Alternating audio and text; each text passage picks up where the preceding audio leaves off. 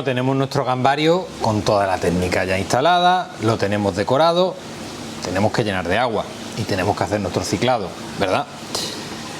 ¿Qué tipo de agua vamos a utilizar para montar nuestro gambario? De entrada yo diría que del grifo casi que al 100% lo descartaría, a no ser que midamos y tengamos unos TDS perfectos. Os digo que al 100% lo descartaría porque el agua del grifo puede contener, aparte de cloraminas, puede contener algunos metales pesados que matarían a nuestras gambas. ¿Podemos utilizar un acondicionador? Sí. ¿Tenemos algunos otros medios para neutralizar esos metales pesados? También. Pero si podemos evitar utilizar ese agua, mejor que mejor. ¿Agua embotellada? Bueno, podría ser también una opción, siempre y cuando, si miramos el análisis químico del agua, no contenga nada de cobre. ¿Cuál es la mejor opción? La mejor opción es partir de un agua completamente limpia, un agua como la agua osmotizada. Y ese agua osmotizada, utilizando el el medidor de TDS, el pen de TDS, remineralizarla a los valores necesarios para las neocaridinas que tengamos, ¿ok? Si lo hacemos de esta forma, lo que vamos a tener es una mayor seguridad de que siempre tenemos un agua igual. Nuestro equipo de osmosis podemos comprobar cuál es su rendimiento con nuestro medidor de TDS y si lo tiene integrado, mucho mejor. Si partimos de un agua de 0 TDS, calculamos la cantidad de sales que vamos a tener que echarle y siempre vamos a hacer una acción repetitiva y eso va a hacer que nuestro trabajo sea mucho más sencillo y va a ser al final más eficiente. ¿Cómo añadimos esos minerales que necesitan nuestras gambas? Hay dos formas: hacerlo en sales, por ejemplo esta de Reflower, que son una mezcla de GH/KH y que va a hacer que nuestro agua tenga los TDS adecuados para nuestras neocaridinas. Simplemente seguimos las instrucciones del fabricante, la cantidad proporcional a los litros de agua que tengamos que introducir, hacemos una comprobación con nuestro medidor y si tenemos que dar un poquito más de cantidad, pues damos un poquito más de cantidad y ya anotamos cuánto tenemos que echar para 10 litros, para 20, para 30, lo que utilicemos en el cambio, y ya lo tenemos averiguado. Ya no tenemos que liarnos más, simplemente buscarnos una báscula que pese fino y ya está. Y luego agitar muy bien, mezclar para que se homogeneice bien, se disuelva bien estas sales y asunto resuelto. Que no queremos el lío de la basculita, que no queremos el lío de tener que mezclar la sal con el agua. También tenemos los productos de forma líquida y en este caso te vienen separados GH por un lado y KH por otro, por si queremos hacer unas proporciones un poco diferentes. Sabéis que yo soy muy fan de los líquidos, ¿verdad? Pero en este caso soy más fan de esto, porque no me tengo que complicar, no tengo que echar más de este ni más del otro, es un solo producto. Al final, todo lo que sea simplificar siempre es bueno. Pero en el caso de los líquidos sí utilizaríamos, aparte añadido, que son antioxidantes. Con esto, ¿qué hacemos? Que la salud de nuestras gambas sea mejor. Evitamos que se intoxiquen con esas posibles trazas de cobre, de cianuro o de cualquier otro metal pesado que pudiera venir en el agua de nuestro acuario. Le ayuda con la muda y hace que su vida sea un poquito más larga. Por lo tanto, es un extra que, ya sea utilizando las sales para disolver, ya sea con el producto ya disuelto, nos puede hacer disfrutar mucho más tiempo de nuestras gambas, amén de que sean más saludables y por lo tanto tengan más colorido y tengan una reproducción mejor. Así que agua, yo recomiendo osmosis y a esa osmosis añadir sales. Todo lo demás puede ser un poco lioso, inconstante y que nos dé quebraderos de cabeza a largo plazo y no es lo que queremos. Queremos disfrutar del gambario y no tener que estar todo el día con la calculadora a ver cuánto tengo que echarle de cada una de las cosas. Lo calculamos una sola vez y de ahí hacia el infinito. Si continuamos con el orden cronológico, tendremos nuestro acuario lleno de un agua ya previamente preparada, con los parámetros químicos ideales para nuestras gambas, Pondremos nuestro filtro a funcionar y ciclaremos nuestro gambario. Lo he dicho unas cuantas veces en el vídeo, lo digo una vez más y es la última. Necesitamos un acuario con una estabilidad biológica muy grande, porque nuestras gambas son muy sensibles a los niveles altos de nitratos. Para ello, ¿qué tenemos que hacer? Pues un ciclado bastante largo, ¿vale? No tenemos que tener prisa a la hora de introducir nuestras gambitas en el gambario. Muchos diréis, hombre, pero si es que al final la cantidad de residuos que genera un crustáceo tan pequeñito es complicado que desestabilice el acuario. Ya, pero luego empezamos a alimentar alguna plantita que puede generar residuos y al final se nos va de madre. Y ya dije antes, no avisan, la gamba no avisa, la gamba se muere. Entonces, para intentar evitar todos esos riesgos, hacemos un ciclado largo, mínimo un mes, pero mínimo, ¿vale? Tenemos el agua analizada, vemos que no hay nitrato, vemos que no hay nitrito. Llega la hora de la introducción de las gambas. Recomendación: no compréis gambas en verano. Esas gambas en el transporte van a sufrir mucho. Y no digo el transporte de la tienda donde las compréis, si lo compráis en tienda física a vuestra casa. Digo en el transporte del mayorista a la tienda física donde compréis. Y si compráis online, pues 3/4 de lo mismo. En el transporte de la instalación donde se críen o se distribuyan hasta vuestro hogar. ¿Que hay métodos para mantener ese transporte en temperaturas relativamente controladas? Sí, pero no hay una seguridad total. Por lo tanto, yo no os recomendaría que comprarais gambas en la época del año que estamos actualmente. Estamos en junio, ya está haciendo calor. Nosotros, por ejemplo, ya no traemos más gambas hasta que no pase el verano. Dicho esto, no es verano y habéis comprado vuestras gambitas. ¿Cómo hacemos la introducción correctamente al acuario? Ya sabéis que siempre es importante hacer una aclimatación, pero en el caso de las gambas es mucho más importante todavía. Nuestros peces son permeables al agua y las gambas lo son, pero con más dificultad. Entonces tienen un hándicap a la hora de adaptarse a cambios. Analizar el agua en la que vienen en el transporte no nos va a ayudar demasiado. Os podría ayudar si lo compráis en una tienda física, que os digan unos días antes de adquirir las gambas a qué TDS tienen sus acuarios, para tú adaptar el tuyo a esos valores. De esa forma el cambio será mínimo. Si no tenemos esa posibilidad, no nos dan ese dato, pues tendremos que ir a ciegas. Y si lo compramos online, pues como no te lo diga el del comercio, analizar el agua de la bolsa no te va a dar un valor que sea real, porque en ese agua ya sí se ha generado derivados del nitrógeno que pueden, y de hecho suben, esos TDS. Por lo tanto, el valor que te salga no te sirve de referencia. Bueno, ¿cómo hacemos esa adaptación? Pues hacemos una aclimatación, pero la hacemos muy lenta. Hay que hacerla siempre por goteo. Siempre por goteo.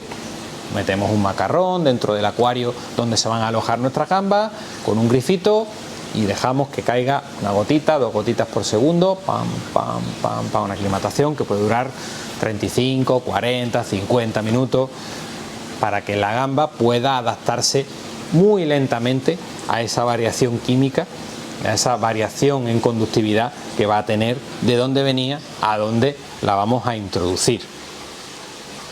Y luego, si el acuario fuera muy alto, o sea, tuviera mucha profundidad, no las tiréis desde arriba, ¿vale? Esa cantidad de columna de agua, esa altura, aunque os parezca una tontería, también les puede afectar. Dejarlas en una decoración que esté lo más alta posible y que ellas bajen cuando quieran, ¿vale? Hay una diferencia de presión que no les va a venir bien tampoco.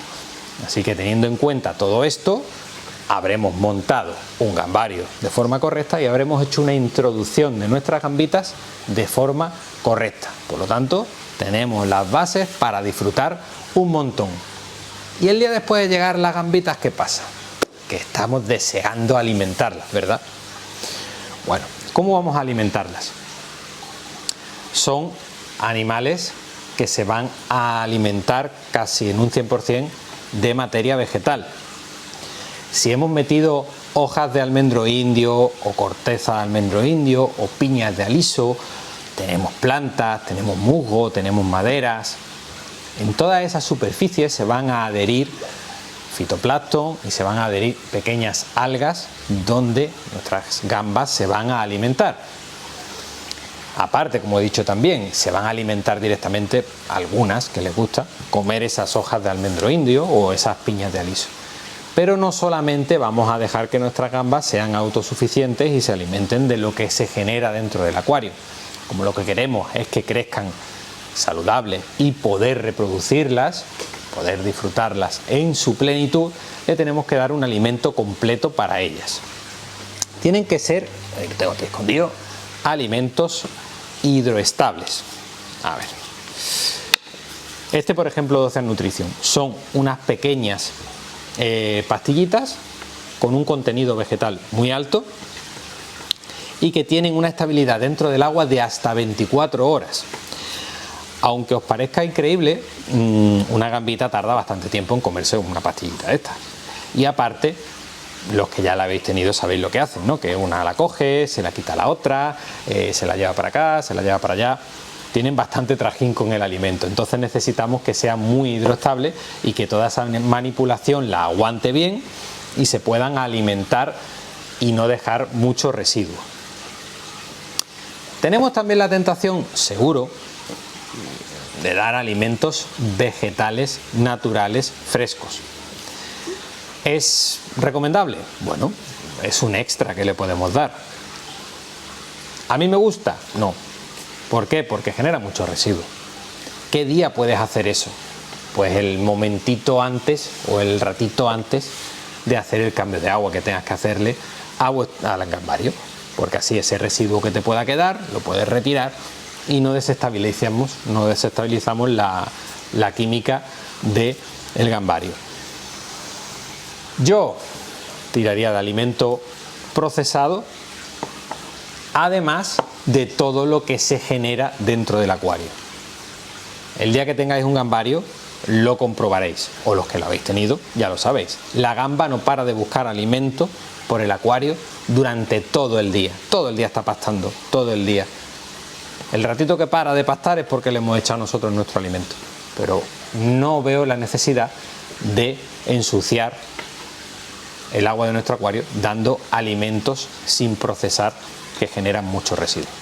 Para los que no queréis mantener un gambario solo con esas fantásticas neocaridinas, vamos a hablar de qué compañeros pueden estar en el mismo tanque que ellas, en el mismo acuario que ellas. Aquí tenéis un ejemplo fantástico, fantástico. Y al final no nos vamos a salir mucho del guión que tenemos aquí detrás. Si queremos tener un poco de congruencia introduciendo peces que sean de la misma zona geográfica o similar o lo más aproximada posible al origen de nuestras neocaridinas, tendríamos que irnos a peces del sudeste asiático o, ampliando un poquito, Australasia, ¿vale? Van a ser peces que van a querer un agua ácida, un agua blandita y que va a ir muy bien con esos TDS, con esa conductividad baja que necesitan nuestras neocaridinas. El aspecto más importante de todos, antes de pensar en introducir peces en un gambario, es que os hagáis la siguiente pregunta: ¿cuál es vuestro objetivo? ¿Queréis criar neocaridinas o queréis disfrutar de una cría esporádica? Me explico. Aquí atrás se reproducen continuamente. Que no hay una supervivencia alta de gambita juvenil, también, obviamente, porque hay una depredación producida por el resto de ejemplares que comparten el acuario. Si el objetivo es reproducir, montamos un gambario y solo de gambitas, única y exclusivamente, compartiendo si queréis con algún caracolito, algún gasterópodo. Ya está, no más. ¿Que no os importa que la tasa reproductiva sea menor? Pues podemos hacer un gambario combinando con peces, como lo que tenemos aquí detrás, ¿vale? Hemos dicho peces del sudeste asiático, de Australasia y súper importante, de tamaño pequeño, que sean de tamaño pequeño y que no sean depredadores voraces. Por ejemplo, un pez de tamaño pequeño que yo no metería con gambitas, un badis, por ejemplo, ¿vale? ¿Zona geográfica nos cuadra? Sí. ¿Química del agua nos cuadra? Sí. ¿Aconsejable? No. Se va a vapear todo lo que se mueva, ¿vale? Entonces siempre buscar peces que sean de cardumen, de tamaño pequeño, con boquita pequeña y que solo puedan depredar a nuestras gambitas en los primeros estadios de vida. Aquí tenemos, por ejemplo, Sundadania serrodi, tenemos Pseudomugil pascai, unos Pseudomugil gertrudae, unas incluso Rasbora cubotae, a las adultas no las van a tocar.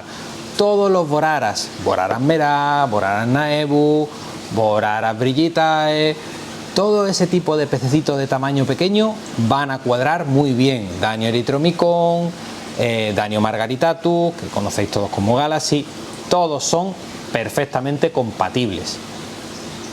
Los chitas, también.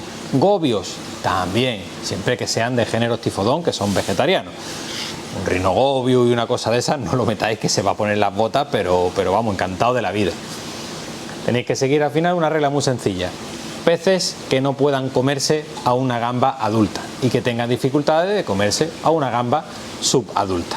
Porque es muy desagradable ver cómo con tanta ilusión hemos montado nuestro gambario, hemos introducido nuestras gambas y luego al meter los peces acaban con la población de gambas en una semana o incluso en menos. Si veis, he dado el orden de introducir gambas y luego peces. Me parece mejor hacerlo así porque la gamba tiene tiempo a encontrar lugares donde ocultarse, a hacerse con su nuevo entorno y cuando entran los peces ya ellas se saben los truquillos y si hay alguna curiosidad excesiva ellas pueden ocultarse, ellas pueden buscar refugio de una forma rápida y tendremos menos riesgos. Solo nos queda hablar a lo mejor de lo que más teníais ganas o de lo que más ilusión hace a la hora de mantener ejemplares en nuestros acuarios y con las gambitas no va a ser una excepción, ¿no? Y es de la cría. Veis que aquí tengo unos elementos, son estos cilindros, en este caso son transparentes para permitirnos ver lo que está pasando dentro. Y en este caso son pequeños refugios de loricáridos que también podríamos utilizar de cerámica y estos cilindros también lo podéis encontrar de cerámica que serán opacos. Son elementos que deberemos utilizar y deberemos proporcionar estos refugios a nuestras gambitas porque tanto en el proceso de crecimiento con las mudas como en el proceso de la cría propiamente dicha, que ahora explicaremos, como también en el proceso del crecimiento de nuestros pequeñitos nuevos habitantes, tener refugios como estos que van a mantener protegidas a nuestras gambitas en esos momentos complicados es muy recomendable, sobre todo si tenemos otros habitantes dentro del acuario, como pececitos, ¿vale? Así vamos a darles un poquito más de chance a los nuevos habitantes o a los habitantes ya adultos cuando estén haciendo la muda. Ya hemos dicho antes que nuestras gambitas para crecer necesitan desprenderse de ese exoesqueleto que les recubre y que les da solidez. No les permite crecer, no puede estirar, entonces tiene que abrirse, salir nuestra gambita por esa apertura, nos va a quedar una piel vacía de color blanquecino en el fondo de nuestro acuario o adherido a las decoraciones y la gambita ha podido crecer en ese momento, se empieza a hidratar y empieza a coger más volumen y más tamaño. Ahí tiene un periodo de tiempo en el que su cuerpo no es suficientemente sólido y es más vulnerable al posible ataque, depredación de algunos de los habitantes de nuestro acuario. Por lo tanto, estos refugios les puede dar un lugar donde hacer esa muda de forma más tranquila y cómoda. Además, como ya he dicho antes, también va a servir para que se protejan nuestros pequeños nuevos habitantes. Para hablar de la cría de nuestras neocaridinas, lo primero es saber diferenciar bien entre machos y hembras. Hemos dado algunas pinceladas al principio, pero vamos a entrar en un poquito más de profundidad. Los machos son de tamaño más pequeño, tanto en longitud como en anchura. Son más estilizados, su cuerpo tiene más forma fusiforme, es como más hidrodinámico, ¿vale? El color suele ser un poquito más pálido. Lo que pasa que en las variedades comerciales, en estas que hay, que podemos encontrar, que tienen un colorido súper intenso, puede costar un poco más el averiguar por el colorido quién es quién. Lo que no falla y en lo que yo me fijo es en la longitud de los segmentos abdominales. Las hembras, con esa forma característica que tienen la barriga como más abultadita, tienen como tripita, que en realidad no es tripita, pero es la forma que tienen esos segmentos abdominales más largos para poder proteger ahí la futura puesta. Aparte de eso, ya hemos dicho, tamaño y color, pero ese rasgo es bastante característico y nos va a hacer que podamos diferenciar machos y hembras que no estén en pre-reproducción fácilmente. ¿Por qué digo esto? Porque ya sabéis que las hembras, cuando están preovadas, que ya están preparadas para reproducirse, pero no están ovadas todavía, tienen una mancha de los protohuevos aquí en el cefalotórax, ¿vale? Una mancha de color amarillo. Los machos no van a presentar eso nunca. Y ya obviamente quien va a aportar los huevos es la hembra. Si vemos a una gambita que porta huevos en su abdomen, obviamente es una hembra, ¿vale? O sea que yo creo que tampoco es muy difícil. Lo único que sí es cierto que como el tamaño del animalito en el que tenemos que ver esos detalles es pequeño, puede costar un poco más. Así que simplemente hay que fijarse y tomarse un tiempecito para poder cesar correctamente. Para hablar de la reproducción vamos a partir de una hembra ya ovada, ¿vale? Cuando una hembra está ovada ha pasado por un proceso que veremos ahora, porque esto va a ser un círculo, ¿vale? Vamos a partir de una hembra ovada, todo lo que pasa hasta que de nuevo llegaríamos a otra nueva hembra ovada. Esa hembra va a tener los huevos en el abdomen y los va a ir ventilando con sus pleópodos, les va metiendo oxigenación, esas patitas, y los va a mantener entre 25 y 35 días haciendo esta operación. El color de los huevos, conforme va pasando el tiempo, va cambiando de un verdecito más amarillento al principio a un color más anaranjado, amarillento intenso anaranjado al final. A los 25 o 35 días va a eclosionar ese huevo. ¿De qué depende esa franja de tiempo? De la temperatura del agua. A mayor temperatura, menor tiempo en la eclosión de los huevos. A menor temperatura, mayor tiempo de eclosión en los huevos.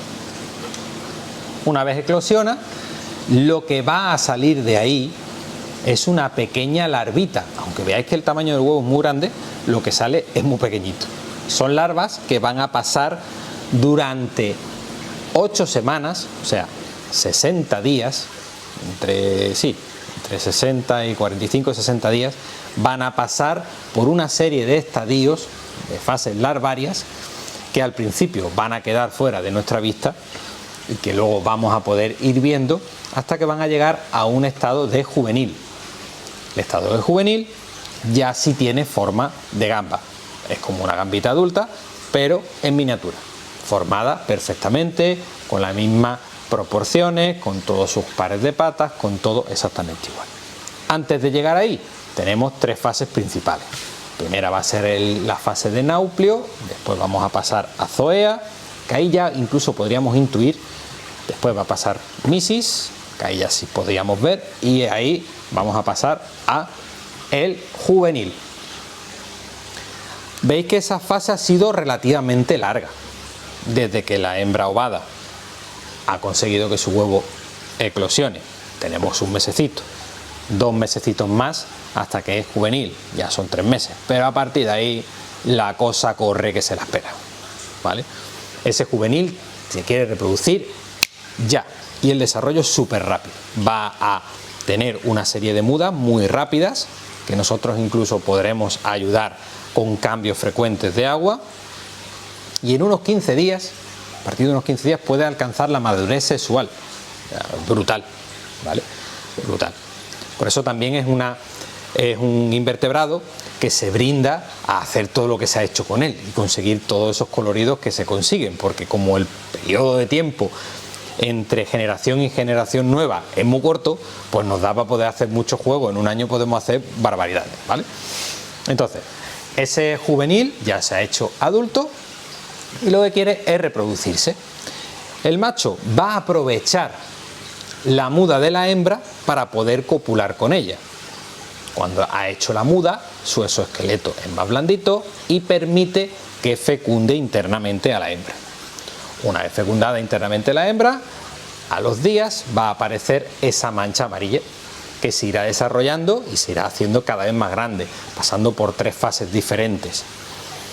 Y después de eso, la hembra, esos protohuevos, vamos a llamar así, eso me lo he inventado yo, lo del protohuevo, pero bueno, esa fase incipiente de lo que van a ser los huevos, tienen que salir de ese cefalotórax y pasar al abdomen.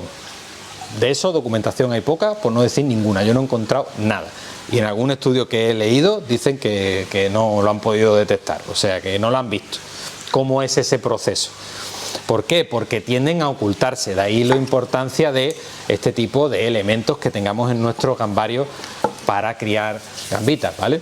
O masas grandes de musgo donde ellas se puedan introducir dentro y puedan hacer todo ese proceso de forma relajada. Y de ahí ya pasaríamos al principio de todo este desarrollo que hemos hablado con anterioridad. Volveríamos a partir de una hembra que ya tendría los huevos en el abdomen. Los machos, su ciclo es exactamente igual, pero sin producción de huevos. Pero al mismo tiempo van a tardar en pasar las distintas fases larvarias y al mismo tiempo van a tardar en pasar a juveniles y en adultos y en alcanzar la madurez sexual. Sabemos cómo se reproducen nuestras gambas.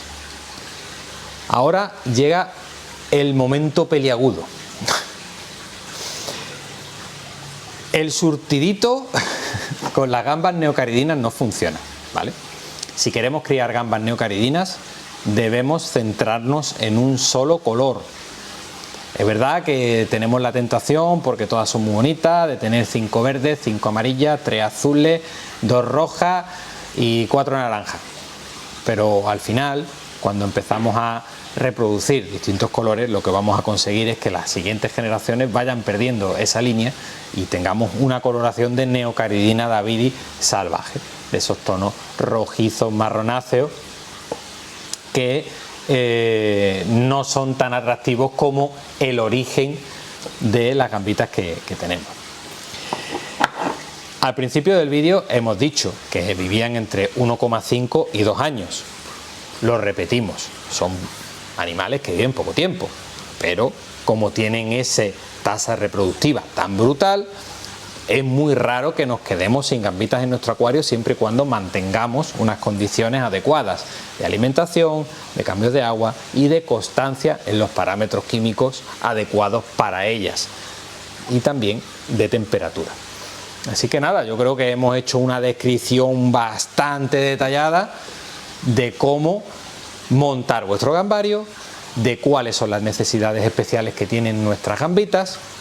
Recordad, son muy sensibles a tratamientos químicos y esto es muy importante, no lo he dicho antes y lo recuerdo ahora. Si mantenemos gambas con peces y nuestros peces enferman, no podemos tratar, nos cargamos las gambas. tendríamos que tener, si tenemos un gambario con peces y gambas, sí o sí tenemos que tener un acuario hospital, por si nuestros peces enferman, poder retirarlos y tratarlos fuera. Esto no lo podéis olvidar, porque ningún tratamiento, o ninguno nunca es bueno decirlo, pero muy pocos tratamientos, vamos a decirlo así, que ayuden a matar enfermedades de nuestros peces son inocuos para las gambas. Yo es que creo que no conozco ninguno, pero ante la duda, lo mejor es no utilizar nada. Componentes o productos que contengan cobre, ni de coña, ¿vale? Antialga, negativo. Glútar, negativo. Agua oxigenada, negativo, ¿vale? Nuestras gambitas, cosas raras en el acuario, nunca, ¿vale? Así que nada, a disfrutar de ese futuro gambario que montéis y que este vídeo os sirva de guía para poder disfrutarla durante muchísimos años, que tengáis generación tras generación, tras generación, tras generación.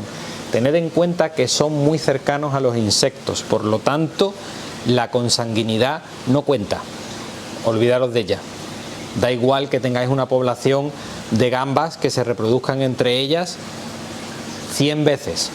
No hay problemas de consanguinidad. ¿Que queréis refrescar sangre? Vale, buena idea, porque también queréis introducir unos ejemplares nuevos y meter más vitalidad. Pero no hay un empobrecimiento genético que pueda llegar a justificarlo. Igual que pasa con los kilis, que no tienen ningún problema. Nuestras gambitas tampoco van a tener problemas con la consanguinidad. ¿Ok? Así que nada, nos vemos en próximos vídeos. Un saludo y espero que esta videoficha extensa de las neocaridinas os sirva de utilidad. Si queréis que hablemos de las caridinas, lo decís en comentarios y en un futuro pues podemos hacer un vídeo también de las caridinas, ¿vale? Chao, chao.